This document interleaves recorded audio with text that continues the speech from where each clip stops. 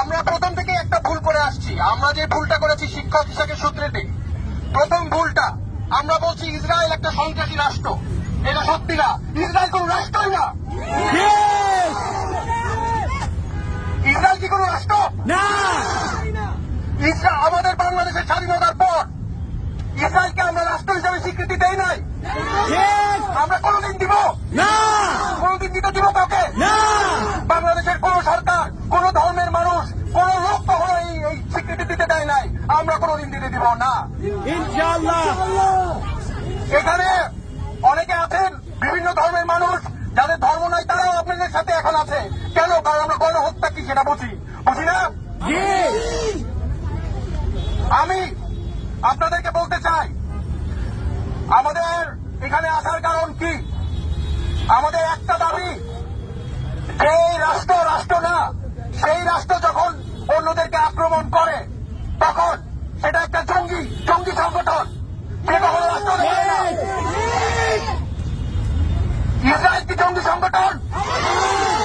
আমরা কখনো ইসরায়েলকে রাষ্ট্র মানি না। কাজেই আমরা বাংলাদেশের সরকারকে কূটনৈতিক ভাবে নেতৃত্ব নিতে বলবো। আমরা দাবি জানাই যে বাংলাদেশের সরকার ইসরায়েলকে রাষ্ট্র হিসাবে মানে নাই, কিন্তু এখন তাদেরকে স্বীকৃতি দিতে হবে জঙ্গি সংগঠন হিসাবে। আমরা যখনই দেখি অনলাইনে ইন্টারভিউ এর সময়, তখনই ওরা কি বলে? হামাসকে কন্ডেম করতে বলে। তোমরা কি ইসরায়েলকে কন্ডেম করো? ওরা করে না ইসরায়েলকে কন্ডেম, তাহলে আমরা কেন হামাসকে কন্ডেম করবো? ওরা বাংলাদেশে 3 কোটির মানুষ মেরে ফেলেছে না খাইয়ে, তারপর তারা কমিউনিস্টে গিয়েছে। আজকে তারা একই কাজ করতেছে।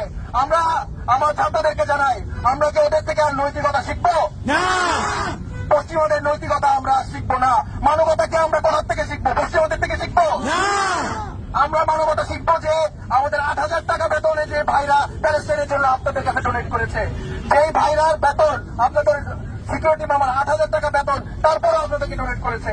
ফুড পান্ডার ছেলেরা কষ্ট করে কাজ কামায়, তারপরেও তারা প্যালেস্টাইনকে ডোনেট করেছে। তাদের থেকে আমরা মানবতা শিখবো। এই পশ্চিমাদের গণহত্যার মানবতা আমরা জানি না, আমরা শিখতে চাই না। এখন থেকে আমরা বয়কট করে দিলাম পশ্চিমাদের মানবতা। আমি ইংলিশে কিছু বলতে চাচ্ছি। আমরা সবসময় আমার স্পিচ শেষ করছি, আমরা যে ভুল দিয়ে একটা শুরু করেছি, ভুল দিয়ে শেষ করি। আমরা বারবার বলি ফ্রি প্যালেস্টাইন। প্যালেস্টাইন কে ফ্রি করে দিবে আপনাদের জন্য?